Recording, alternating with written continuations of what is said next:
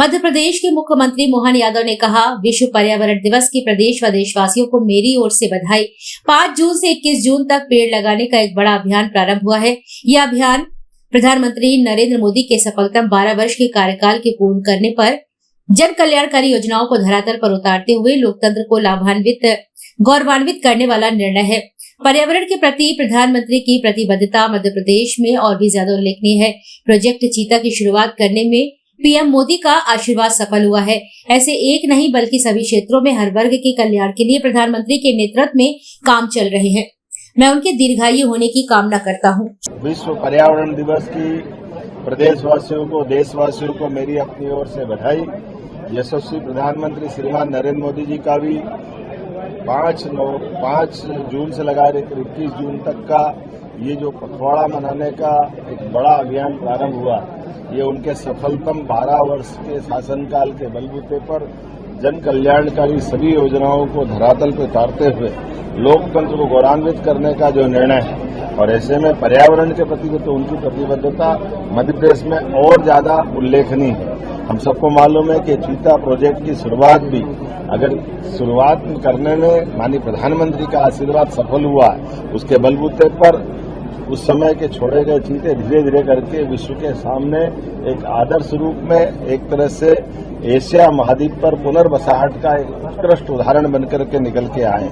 ऐसे एक नहीं सभी क्षेत्रों में आर्थिक रूप से लगा करके हर क्षेत्र के लोगों के लिए, किसान, महिला, युवा, गरीब, हर वर्ग के कल्याण के लिए जिस प्रकार से माननीय प्रधानमंत्री के माध्यम से उनके काम चल रहे हैं, मैं उनके दीर्घायु होने की कामना करता हूं। सफलता शासन के 12 वर्ष पूरे करते हुए आगामी शासनकाल के सहित 2029 में वो पुनः अपनी इसी प्रकार की सत्ता संचालन की सुविधाओं के साथ देश की सेवा करते रहे, ये मैं कामना करता हूं। बाबा महाकाल निश्चित रूप से इनको सफल करेंगे और भारत के लिए सौभाग्य की बात होगी।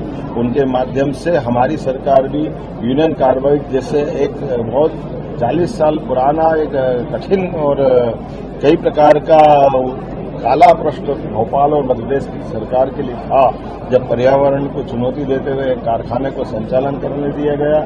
संचालन करने के बाद हुए परिणाम के बलबूते हजारों लोग मारे गए, लेकिन उस काल में न तो कारखाने वाले को न कारखाने से जवाबदार लोगों को कोई दंडित किया गया। हजारों लोग काल कवलित हो गए, कई लोग अपाहिज हुए, कई प्रकार के कष्ट लोग सहन करते हुए गैस पीड़ितों के नाम से जाने गए।